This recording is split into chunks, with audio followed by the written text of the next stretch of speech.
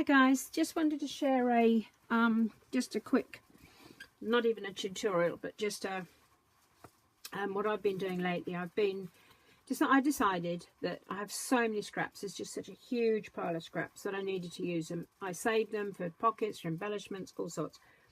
But I thought, I've been using my sewing machine a lot more lately, and I just thought I'm just going to grab the top from the top of the pile and just start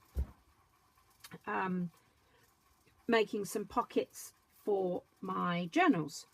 So far this is what I've done. I had to stop. I haven't finished embellishing because I thought I'll do that when I put them in a journal, and it's random, so I've used a lot of handmade paper because that happened to be what was there. And I've also done some sewing ones, but then done some that if you don't have a sewing machine or you don't want to get the sewing machine out or whatever, that I've just used a faux stitching. So these are some of what I've done. This one I've just kind of made into a little bit of fun because I had all these vellum scraps left over. So I thought with this one I'm going to make it into kind of a denim little denim pocket. So the pocket is here, but also when this is glued down, that can also be a pocket. So this one is faux stitching. So all I've used is my there's a doubled over mouse mat that I used that kind of had worn out, because you kind of with doing this technique, you're making so many holes in it, so then I can throw it away when I've used it. So this one I did faux stitching, which I'll show you in a minute. Then this one is just an envelope. I just literally folded it and then made it into an envelope, and as I say, I will finish embellishing. And a tag, there's another handmade paper one, so that's a faux one, and then I will glue that down. Another one where I will this will be glued down, the edges will be glued down. Done this one on a milled card, so there's 2 pockets. And then of course I'll finish decorating and embellishing. This is I'm just literally doing the plain. This is vellum again, and that's faux stitching. Now, because a lot of adhesive shows through vellum, you can't use a wet adhesive anyway, or most wet adhesives. This is double-sided tape, but because I've done the zigzag faux stitching, it kind of takes your eye away from it. So that's that one. This one is just straightforward stitching.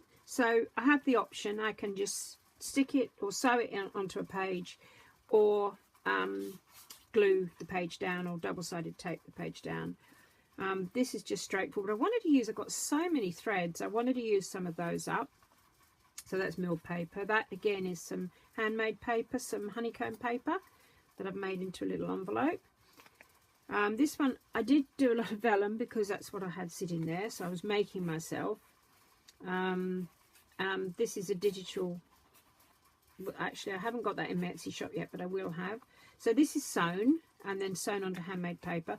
Because vellum so can be tricky, it's quite handy sewing it, because you've either got to do that or disguise the edge sometimes. That's another one using some mulberry paper. This one I haven't obviously done much with yet, but again I got so many threads, so I just started making patterns. They're sitting there on my bench or by my sewing machine, so I thought I'm just going to sew them to start to make a pocket. I might trim that, I might do, it's not finished yet obviously. And there's another one that's just sewn with scraps. I wasn't paying much attention to what goes with what, I was just grabbing it and stitching. That's another one, so the pocket bit is there. And that's vellum again. And then that one I literally have at this point only sewed the Christmas one around. This is going to be a journal I'm going to be making with that burlap. That was from anybody here in the UK, that was from the range. I think like £3 or something for a roll. Really cool. Okay, so that's what I've done. And then there's also this one, sorry, very kind of, yeah, rugged. And then pocket here, a belly band here, pocket here, pocket here. And then also lately I've been doing quite a lot of sewing envelopes and pockets. So this is another one, handmade paper, and just a very basic envelope. I had this on my I think I did a tutorial on that on my YouTube channel a long time ago, which is handmade paper rope that's opened out, and then it's glued down to card. So I think, or sorry, to an envelope. I think I'm going to use that one. So the envelope effectively is still an envelope underneath that. So I can just trim that down there, which will make a pocket in that side. Now, I've just been using my pokey tool, one of my pokey tools. And the other thing, I had a black gel pen and a white gel pen. But the other option you can do is, I'm trying to use a lot of what I have in my stash that I'm not using. So this is another option, and I've had these for years. So these are paper piercing templates. So you can use those as guides, or do it freehand, which is what I did, or use a template. So for instance, with this one, this is just to show you, this isn't kind of a finished product. So with this one, I just used a card die cut, placed it there, and then pierced around it with the pokey tool. This is on the edge that's poking downwards, so then I've just drawn over the line, making sure you go into the hole, because it helps it look like it's proper, like it is stitching. But of course, if you want to do patterns, often you want to use the other side that's poking up, that's sticking up. That's that one. This one was just random, and I have just done that with a white gel pen, so you can see the other side. So you could do it and have it the other side.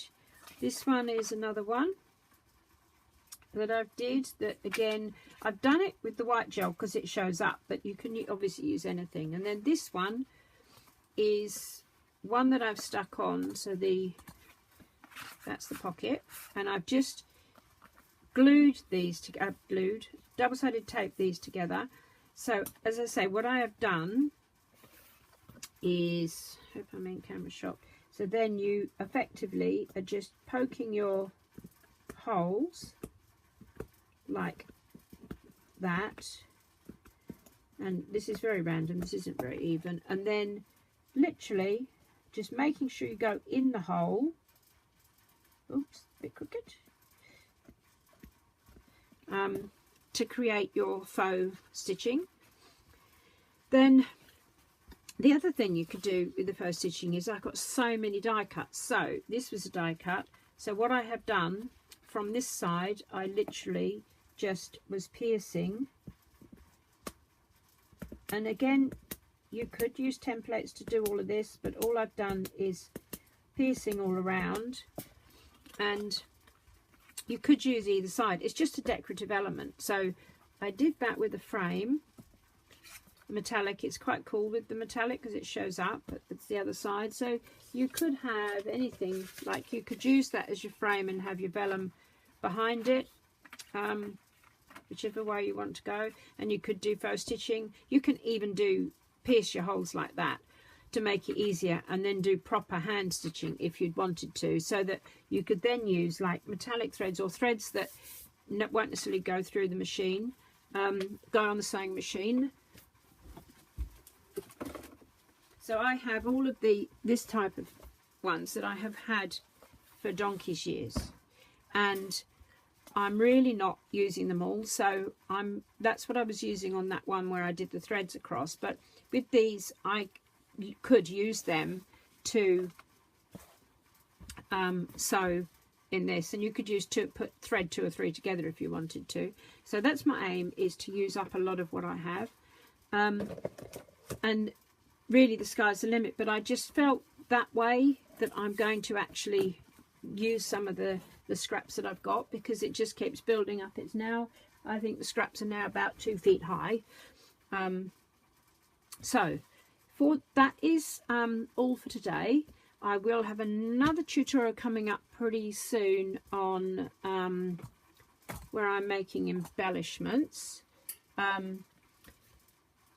and some of them I will be using. I've just all sorts of things, all sorts of odd things that I've got laying around that I thought I need to turn them into something as well, to use on junk journals or whatever. So yes, as I say, if you like this video, please give me a thumbs up and subscribe. I would really appreciate it. See you soon.